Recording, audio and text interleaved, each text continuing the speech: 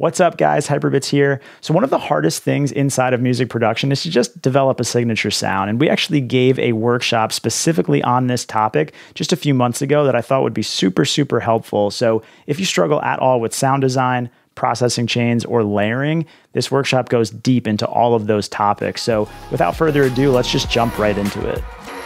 My name's Zach Montoya, and I'm the lead producer at Hyperbits.com, and I'm super excited to dive into the world of sound design today. So the first thing I kind of want to do is just go over with you what we like to call the 3 stages of sound design growth, which is basically this idea that every producer at some point in their journey is going to go through these 3 stages of skill set when it comes to sound design.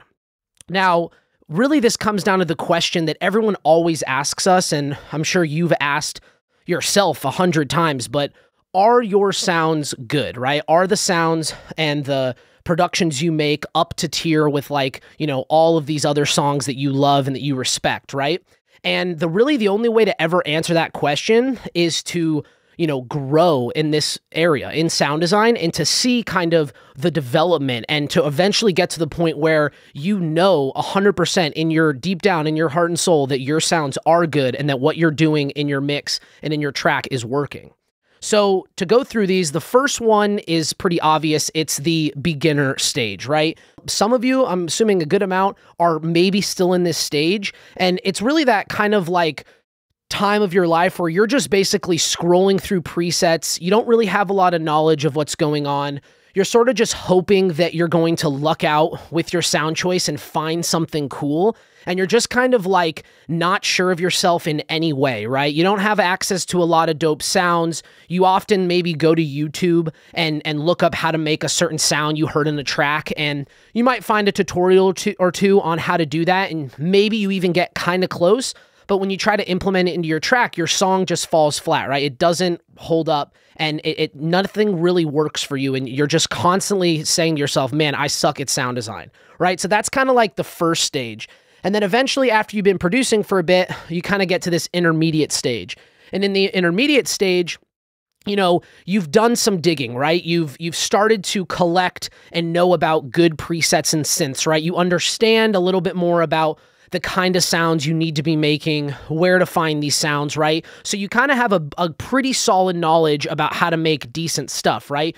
You're also utilizing high quality sample packs, right? Maybe you found out finally about Splice and you're actively using Splice sounds, which is super high quality. And you know, you get inspired by sounds, right? You might use programs like Output's Arcade to get like really cool little creative sound design starting points. And, you know, in general, you kind of know a little bit about the companies that are out there that are sound design companies that kind of give you a nice starting point. But the reason why this still isn't like, you know, an advanced level is because your sounds are still falling short, right? Something is missing. They aren't elevated, right? You might have a cool starting point, but no matter what you do, when you actually listen to your track, you're like, damn, like, I don't know why this isn't sounding good. So then finally, that leads us to the advanced sound designer, right? And with advanced, not only are you picking great sounds and having access to a ton of awesome starting points, but you're also able to tweak those sounds and create really, really awesome, unique variations that you know work for your music, right? This is where you finally start utilizing processing chains for sound design, which we're going to talk a ton about, and you actually start manipulating basic patches to get you to a unique and really advanced level.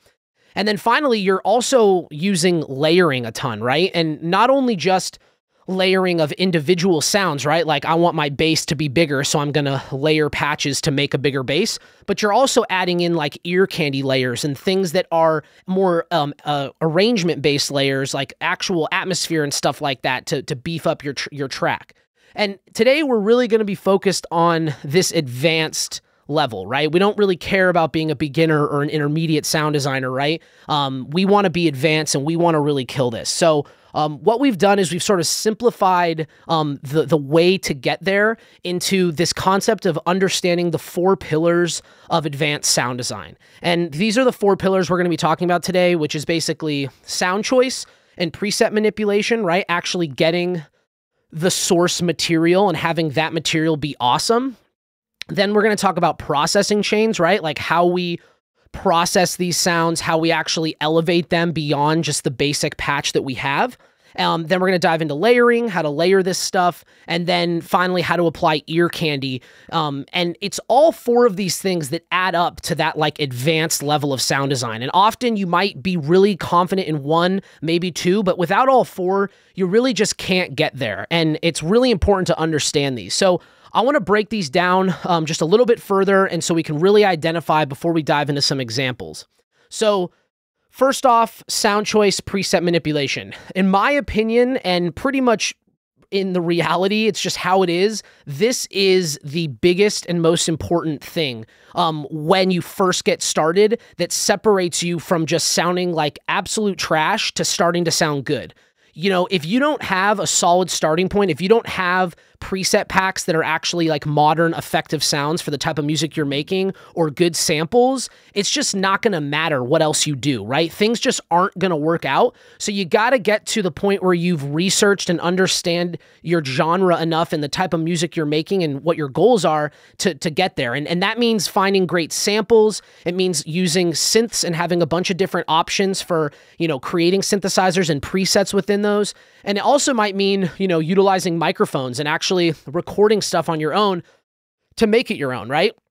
And you're always going to be asking yourself that question of where do you go, right? Like, where can I go find these sounds? And that's something that, you know, for every genre and every style, it's a little bit different. And we're not going to focus a ton of today on just like where to find good sounds. But this is something we talk a ton about in our masterclass. And there's a lot of information just simply like on sorts, you know, like Reddit, right? About awesome preset companies. And, you know, the big guys out there like Cymatics and Echo Soundworks, these big companies, they really just kind of have taken over and really are the standard for starting points for a lot of these major synths.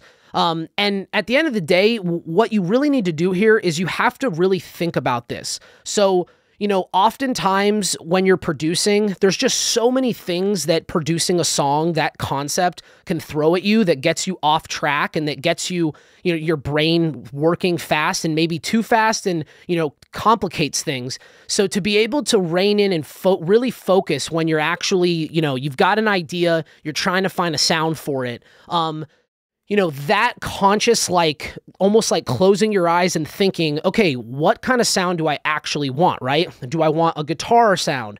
Do I want a vocal chop? Do I want a, you know, a plucky string? Whatever it may be, you have to like put more thought into it than simply just like, you know, opening up a synth and just randomly pressing next preset, next preset, next preset. Like it's just not going to work out for you in your favor, right? So you definitely want to think about this stuff, but I'll kind of show in my examples some awesome sound sources there that you can start using.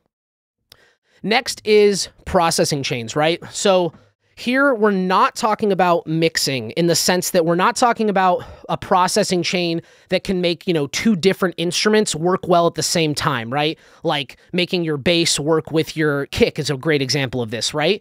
Or, you know, your lead against your chord progression. Those kind of processing chains are mixing, and that's kind of like a different topic and a different focus. We're talking about things like changes to tone, changes to rhythm, changes to the stereo space and the image, right? Changes to the frequencies that you're playing off using filters and LFOs and all that kind of stuff. Actually processing basic sounds that are still great starting points, but, you know, making them your own. That's what processing chains are. And then finally with this, it's like you really can go crazy here. Like there's no easy formula or limitation to a processing chain for sound design. It's more about understanding the individual concepts, things like compression, EQ, saturation, distortion, you know, reverb, delay, right? All of these mixing parameters. And once you understand how to use them, you can effectively experiment with them in ways that make sense to hopefully create something awesome. And it's important that you're saving this work, right? If you make a killer like processing chain or sound design rack, make sure in your DAW that you're saving that so that you can utilize it later. And then we get into layering, right? So layering really is the ultimate way to level up a sound's timbre. And for anyone that doesn't know the word timbre, basically it just means like the tonality that you're hearing, the vibe that you're hearing, how to make that spicier, how to make that better. It's the timbre is the thing that separates, an A3 note on a piano, why that sounds different than an A3 pitch on like a string or in your voice, right? We all have different timbres and every instrument has a different sound to it.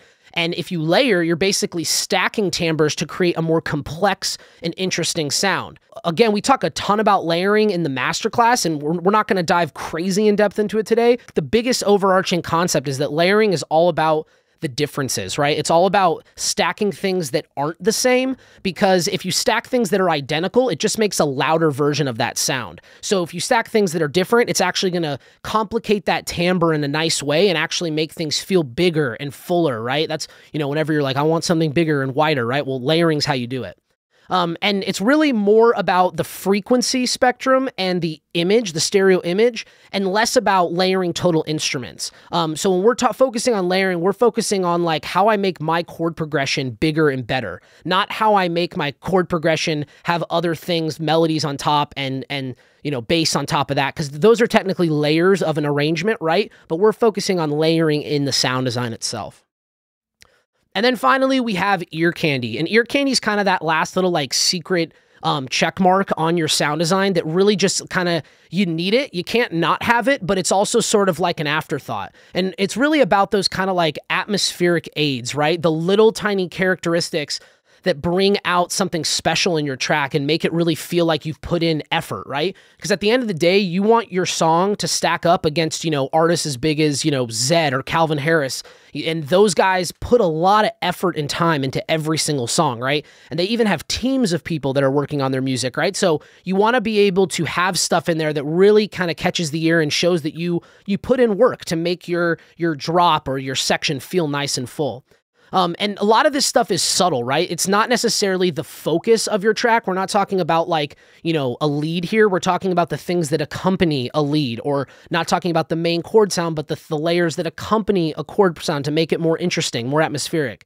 And as I mentioned, this is kind of more of an afterthought. This is something that you kind of want to wait to do till later, till you have your main stuff. And you can go in and very easily just be creative and find cool things to add to the excitement of the track.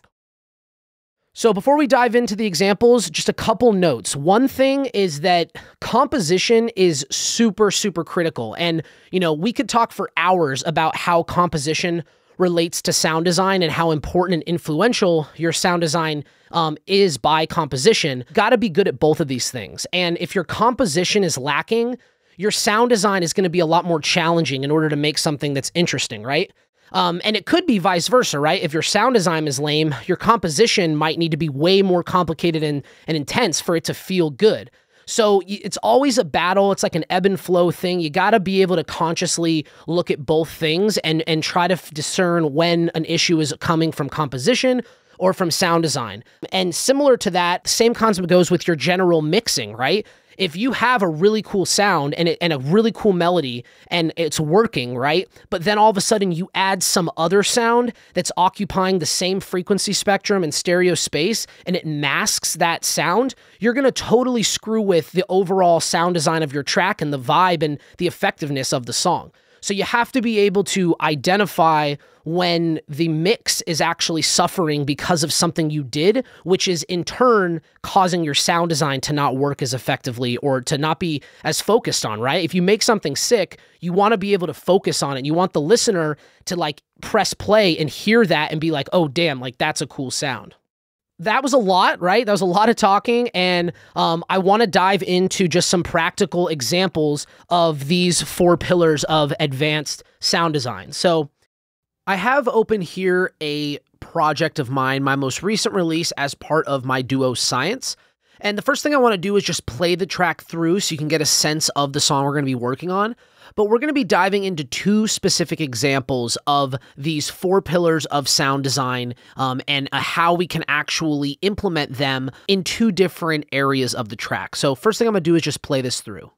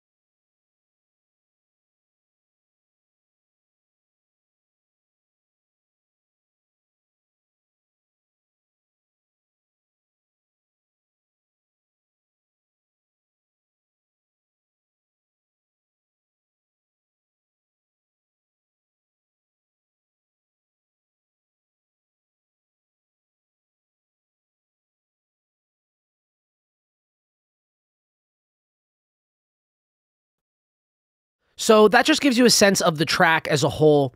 And what I'm going to do for the rest of the examples is I'm going to actually mute the vocal, because having a vocal over your instrumental, it's really just going to distract you from being able to pay attention to the sound design itself that we're going to be diving into.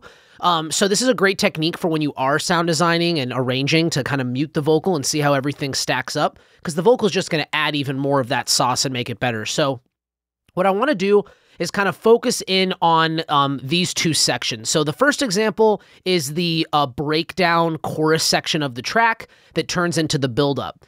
So what I'm going to do is I'm actually going to show you what it sounds like going from sort of that beginner sound design level to the advanced level, where you're implementing the 4 pillars of advanced sound design. And just a reminder, right, we've got sound choice and preset manipulation, right, actually picking something solid and manipulating it when necessary. Processing chains, right, further processing those sounds to bring out some awesome character. Layering, right? Layering different ideas to stack up and make something awesome. And then ear candy, right? Adding those little tiny atmospheric additions that really fill up the mix. So we're going to be focusing on these 4 steps in these examples. But the first thing I want to do is show you a comparison, an A/B of the track before and after all of that has been implemented. So I'm going to start by playing the song without all of these 4 pillars activated. So just really basic sound selection, no layering, no ear candy, no processing chains, so we can kind of hear what it sounds like. And then after that, I'm going to play it with all of that stuff engaged so we can hear the difference. So make sure the vocal's off and start with beginner level.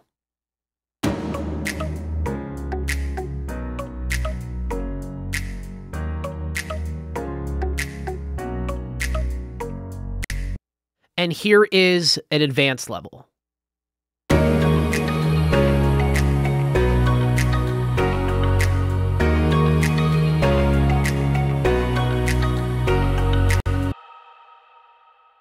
Right, so we're hearing a pretty big difference there, and it really is as simple as going through these 4 pillars to identify how that was possible. So to start off, let's go with the first part of the pillar here, which is sound choice and preset manipulation. So I'll focus in on the lead melody to start, because typically I find that lead melodies are one of the things that are harder to design sounds for. And starting off, the original sound was basically this little plucky guitar sound. It's just a sample picked from an Oliver pack, and dry, it just sounds like this with no processing.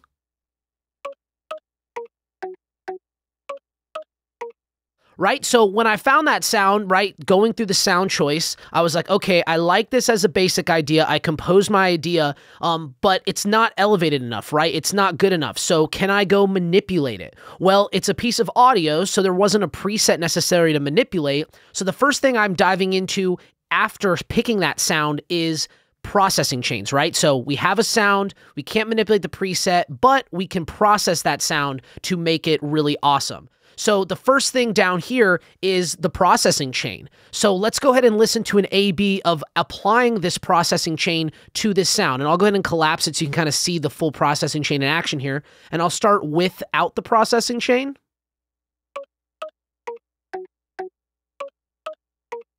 And now with the processing chain.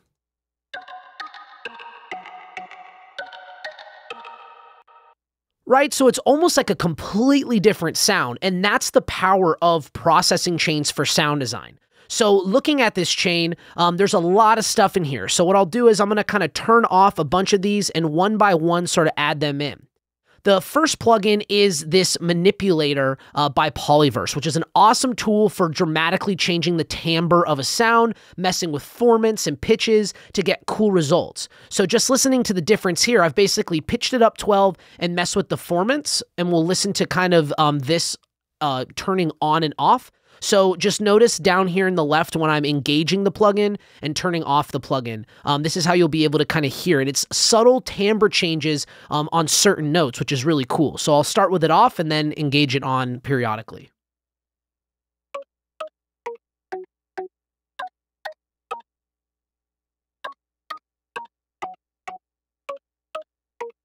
Right, so we're getting that cool pitched change where it's like higher pitched, but kind of has a more interesting timbre to it that doesn't just sound like a plucky guitar. Then we have the RC20 Retro Color Filter, which is a really awesome filtering plugin that has just really sick presets that kind of make a sound feel more analog and warm and kind of more like old school. So with this plugin, again, kind of turning it on and off and listening to the difference, starting with it off and then on. So pretty subtle there, but removing some of those nasty high frequencies, saturating a little bit. Then we move on to a delay effect, and I simply have the Haas effect here, delaying the left and the right channel by 0.5 millisecond, and that's basically going to widen this sound. So we can really easily hear this before and after. So you can really hear that change in the stereo image, right? It gets really, really wide. And that was conscious, right? Because I'm thinking about, okay, I have a vocal, so I'm widening that sound to get out of the way of the vocal, but to still be a cool sound in the mix, and a lead sound for that matter. Then we have some delay with Echo Boy, a pretty cool like slap delay. We have a reverb, right? I'm actually utilizing a chain here in order to sidechain the reverb to the sound itself. Just a simple kind of hall reverb of 3 seconds. So those two sounds together before and after.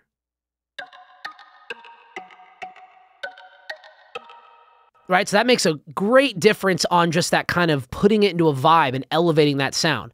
Then I've compressed the sound a little bit after the reverb to kind of make that effect a little bit stronger. Don't actually have anything on this utility. And then I'm filtering the sound and actually introducing the sound a little bit as it progresses. See how it's kind of opening up as we get closer, which again, just kind of creates some movement. And then finally, a great plugin I like to use called Endless Smile, which again is also being automated so that in these last little gaps here, there's this cool like reverb throw move, which basically sounds like this.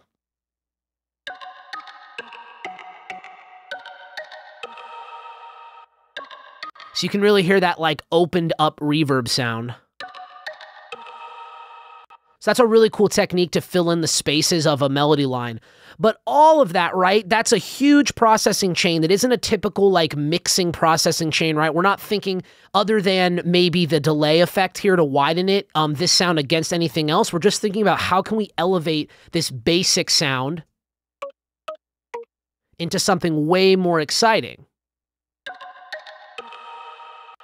So that's the second level of the 4 pillars of advanced sound design. And then we move into layering. So if we look at this sound, right, I have an additional layer down here, which is basically the exact same melodic line, but a different synth. So you kind of restart the process, right? I went through sound choice, found a cool patch. It looks like this is a Serum patch here. I can go ahead and unfreeze this so we can listen to it. And with layering in mind, right, I thought about the differences. I thought about what does my sound not have that I want? Well, it didn't had a really nice percussiveness to it, so I wasn't looking for another super plucky sound, but it didn't have a really thick, higher frequency timbre. It didn't fill up the mix in the way that I wanted it to for this kind of lead sound. So I found a nice, like, kind of, you know, belly sound here, and if I look at the actual preset of the sound, it's just a simple kind of lead fluty sound from an Odessa pack. Again, finding a really good sound source to start. Might have manipulated it slightly in the preset, and then a processing chain, right? So just like with the other sound, if I kind of mute the processing chain,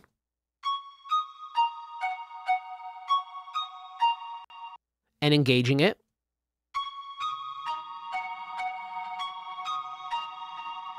right? So it kind of gives it more of an airy vibe, puts it back in the mix a little bit. And when I layer these two together, notice how much fuller this lead sound now becomes.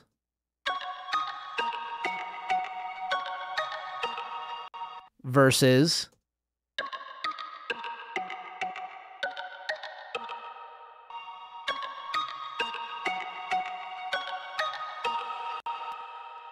Right? So it really is about, finding those differences and layering to make the sound do something bigger and better.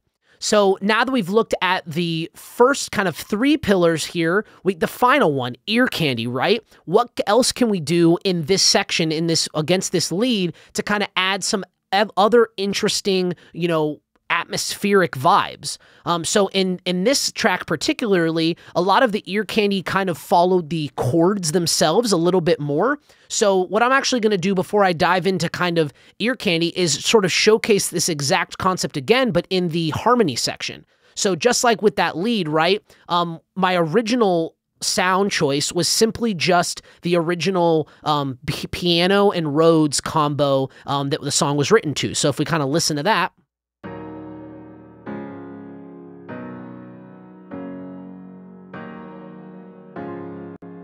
Very simple, very basic, just a piano sound. And that was conscious, right? The sound choice was very deliberate I want this idea, this main chorus breakdown to resemble a piano, right? I want to beef it up way more than that. I want it to be something special, but at the core heart of it, it's a piano idea. So then, knowing that, well, there's not much I can do processing-wise to beef up an organic piano and an organic Rhodes. I could go to town trying to do something different, but I still wanted to retain that piano quality for the chords. So naturally, I kind of skipped over processing chains and just went straight into layering with this sound. So going in here and adding a couple different layers, we have this more vibrant piano layer.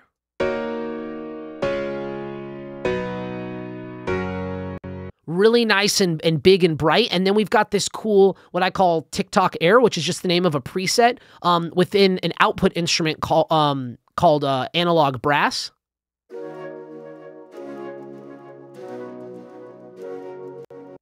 Right? Really nice, very different from each other layers that when added with the original chord sounds,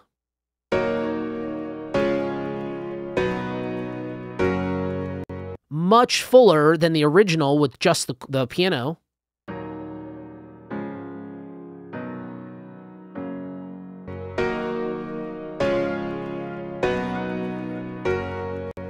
So, not a lot of effort and a great result. And that's really the key when you start to get into like the layering side of this too, is to know where all of these really awesome starting point sounds are so that your sound choice and preset manipulation is a lot easier. And sometimes you don't even need to process the sounds that much more, right? The basic piano sounds I liked, I just needed to make it bigger.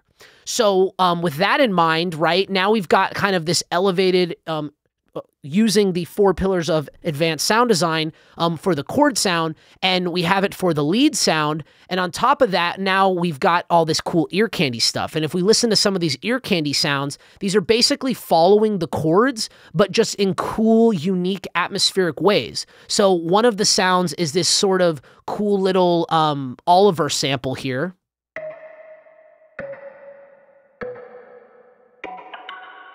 Right? Just following the chord progression down, not taking away from the harmony, but adding a nice little ear candy atmosphere to it. If we add these together.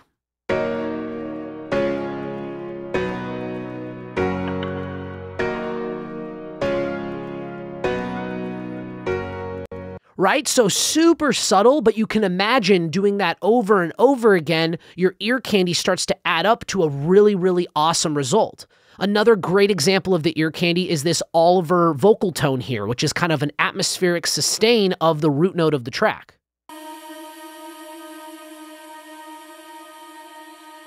Right? So if I add that in here, along with the chords,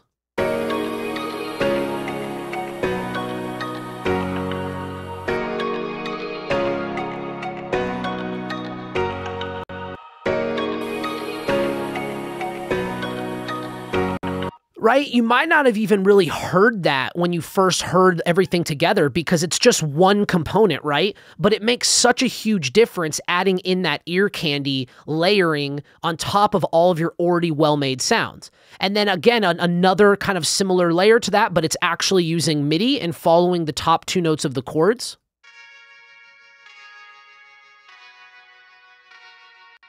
So altogether, we can kind of hear that huge change when we apply the 4 pillars of sound design, starting with sound choice, moving into processing chains, layering, and ear candy. So again, I'll A/B kind of these 2 sections we've looked at without everything, and then I'll play it with everything.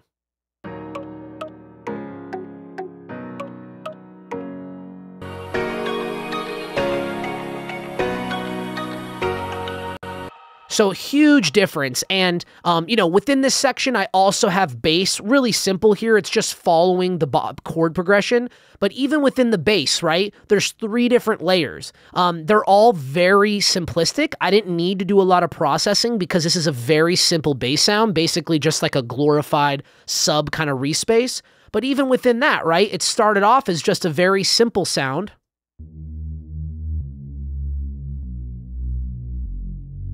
And adding in 2 more layers,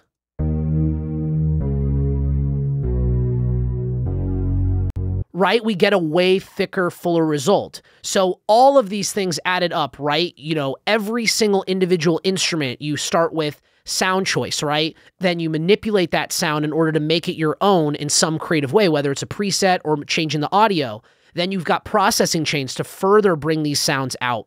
Then we layer the sounds with other versions of it that are different enough to make it feel bigger and fuller. And then we add a bunch of ear candy and atmospheric stuff to elevate it. So one more time, this example, listening to it before and after. So I'll start with it before the 4 pillars have been implemented.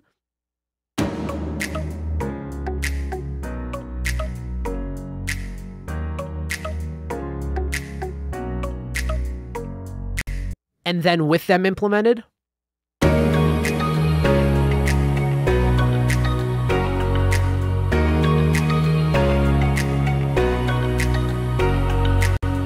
So pretty night and day, and it really makes a huge difference in your sound design when you actively are going through these 4 pillars. Now, just to further showcase this, I want to show another example in the next section of this track, which is the drop. So to start things off again, I want to kind of show another A/B, listening before and after, going from beginner level to a more advanced, implementing the 4 pillars of sound design. So to start off, I'm going to play it just kind of basic, and then I'll play it with all of the 4 pillars implemented.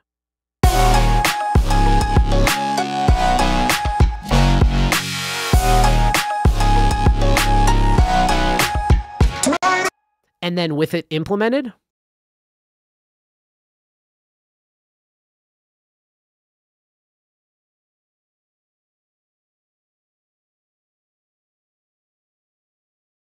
So again, night and day, right? So much in there is so much fuller and bigger, yet the core idea is the exact same, right? And I've gone through and I've implemented these 4 pillars. So let's go through the motions again. So starting with the lead sound, originally, I simply just have this sound. This was the first sound I used to create the melody itself, which is simply just an audio sample. If I unfreeze and kind of look at this sound, it's literally just the first strum of a melodic guitar loop. So if I kind of drag that out and listen to it,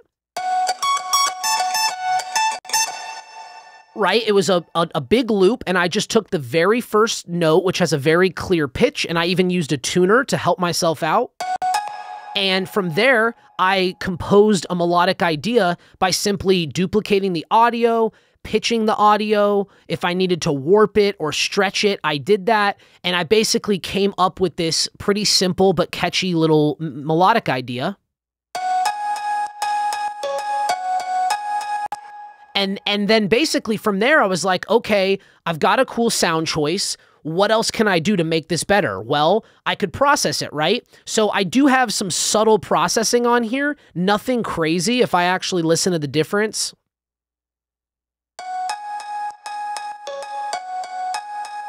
And then with the processing chain.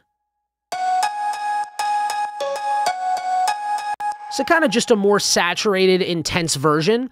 But immediately I thought to layering, because this sound felt pretty limited in its timbre and what it could accomplish by itself. So I knew I was going to need to go and layer. So moving into that step, I thought, what a better way to layer than to layer a cool vocal chop on top of it. So I went through an awesome sound choice, which was Arcade.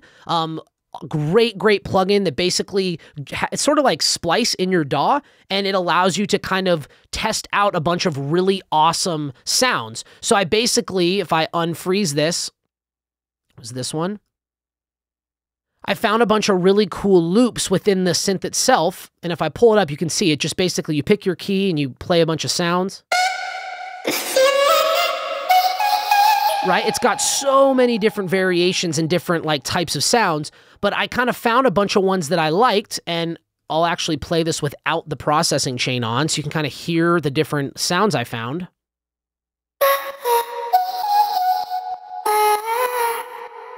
Right? So just a bunch of random things. I processed that sound using a processing chain to really beef it up so we can kind of hear the A-B of that, and I'll go ahead and just show you before.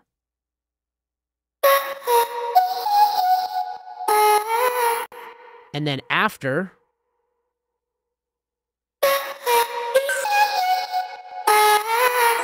and sorry, the manipulator wasn't activated because it was automated, so here it is after. So kind of just beefed up a little bit more, right? And then once I had a nice palette of sounds to work with, I converted that to audio, and that's what you're hearing here. And then from there, I basically just manipulated that audio and layered it with my already developed idea here to kind of copy it and make a thicker sound.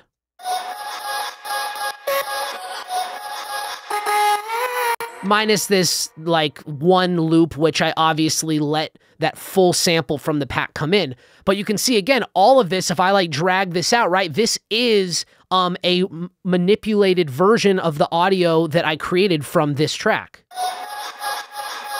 Right? So, you know, finding those moments, like that first little sound, and using that as kind of the base to follow this idea that I had composed earlier. Now I've got a really interesting, unique sound designed layer that implemented great sound choice and a cool processing chain to make it really, really full. And then from there, I just kept going, right? I also have this other layer, which basically, you know, again, does a very similar thing. I just took this exact audio and pitched it up an octave. So it literally is this audio down here, but it's up an octave or up certain amounts of notes to create harmonies.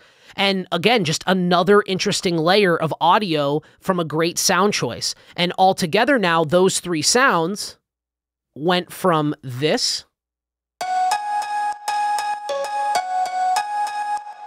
to this.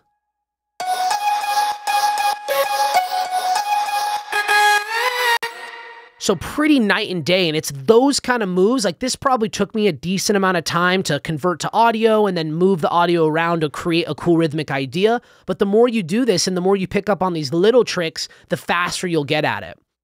So then from there, right, so that's layering for this lead, that's sound choice, and then there's a ton of really cool ear candy within this section, right? So one of the best things is this brass sound that's sort of just emphasizing the downbeat on each part of the drop when the chords change. So listening to that kind of added in.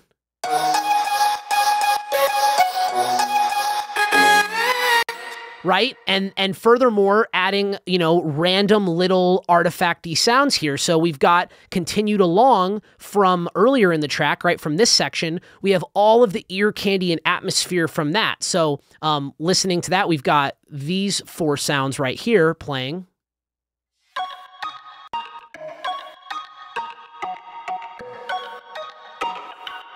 Right? So what used to be kind of the focal point now takes a back seat to this lead on top of it, but it ends up turning into ear candy, which is another cool idea here, right? Like what was focused on is now being overpowered, but in a way that isn't overcomplicated or messy, and it's actually now acting as ear candy. So if we listen to kind of this whole group before and after, So starting before, we had this. And then after.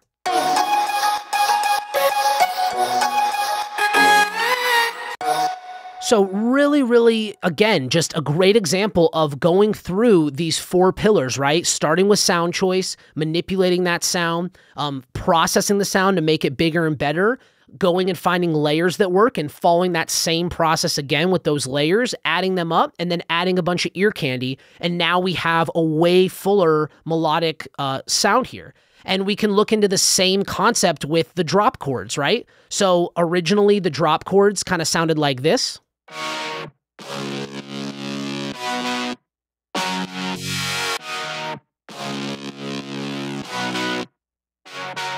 And then when I added in all of the 4 pillars of advanced sound design,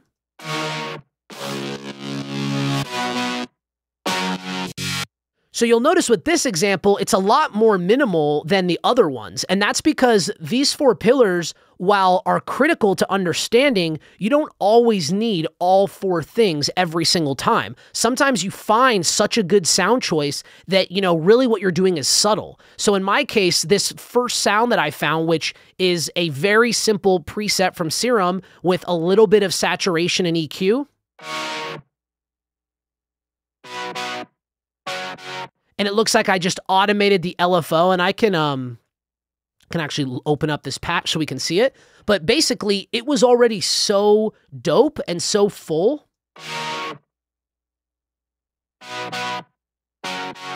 Right, here's my preset manipulation, right? The patch didn't need much work, much processing, but I went in here and, I automated the LFO rate so that, during these next sections, it's, halftime versus full.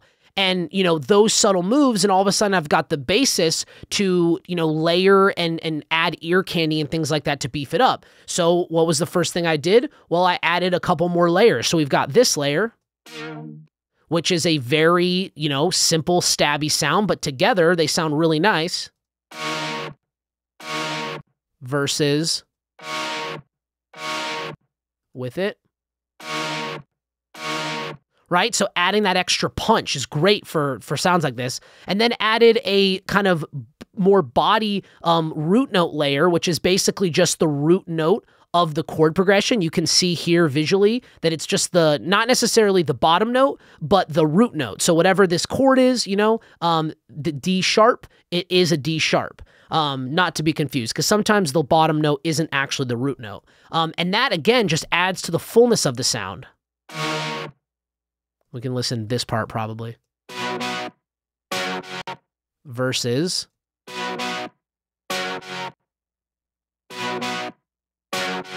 So just kind of filling up the bottom there. And then with this other sound that comes in, we have this sort of sustained, like almost an electric guitar. Great initial starting point, again, right, with very minimal processing, and added in a few layers. So I've got this layer up here, which is a nice little kind of super sawy, stabby layer. And then what's a really cool tip is actually utilizing reverses of the sound itself. So I already really enjoyed kind of just these 2 layers together. But I thought it could be really cool to have that sound kind of build into itself again. So I just resampled the 2 layers and layered them together, right? To get that cool, like, reverse effect.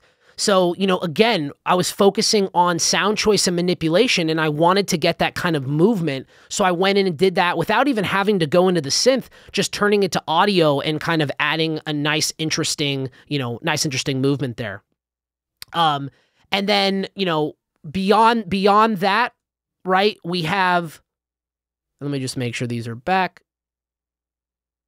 We have the bass, right? So same kind of concept here. The bass started very simple. It was just, a simple kind of patch here from Serum and a sub bass.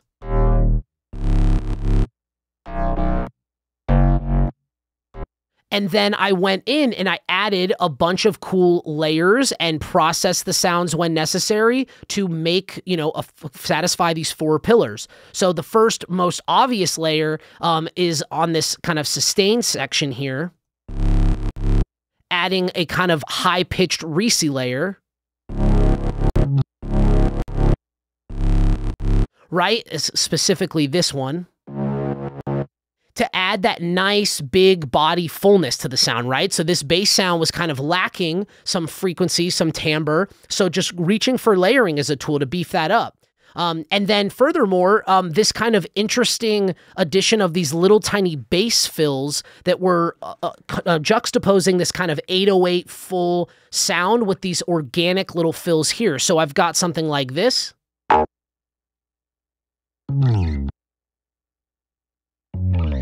Right? So adding those little fills in between my otherwise simple bass line really adds an interesting vibe and fullness to the bass groove that I wouldn't otherwise have. So even just A being just that layer. So without it, and I'll listen to this with the drums. Oh, sorry, need to get these.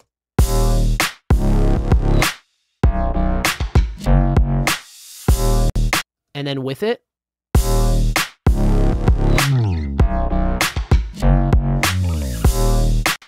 Right? So just carrying it through, right? Being careful with that ear candy stuff. And that right there to me is the perfect type of ear candy a bass line needs, right? You got your main sound, you've chosen it well, you've manipulated the preset, and looking to our list, right? We've gone through, we've processed the sounds when needed, we've layered them to make them full. And now I'm finding these little ear candy moments, these little additional samples that can come in and really kind of change things up. Like this little... Right? Without that, it's just not as cool going into the drop. Having that little bass slap is really awesome. So, all of that together, again, just shows you the simple moves that can be taken to elevate the sound design if you follow these 4 pillars. So let's go ahead and A-B this one more time, listening to kind of the difference going from the original kind of beginner level then utilizing the 4 pillars to this advanced level. So I'll start with kind of the basic level.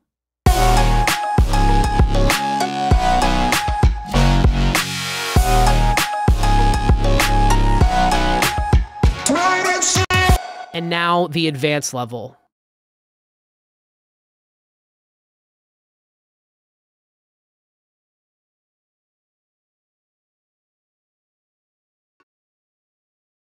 So it really is totally a game changer. And, this list might seem a little daunting at first, but if you just take the time to really follow these steps, start to gather your database of known good sounds, good samples, good presets, you memorize where they are, what they do, where you can use them in your tracks, and then you just start building off of it, right? You process those sounds. Don't be afraid to dive in depth into plugins you might not be that comfortable with and learning their details. And this is the exact type of thing we dive into crazy in depth in the masterclass, is really learning and understanding a plugin and its processing power.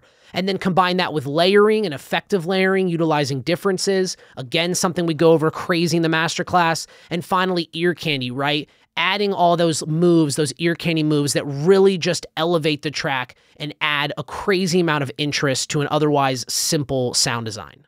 Let me know in the comments if you want more long-form workshops like this on our YouTube channel. And if you want to learn more about sound design and dramatically improve your productions, you can also check out the Hyperbits Masterclass, where we help producers just like you conquer advanced music production once and for all.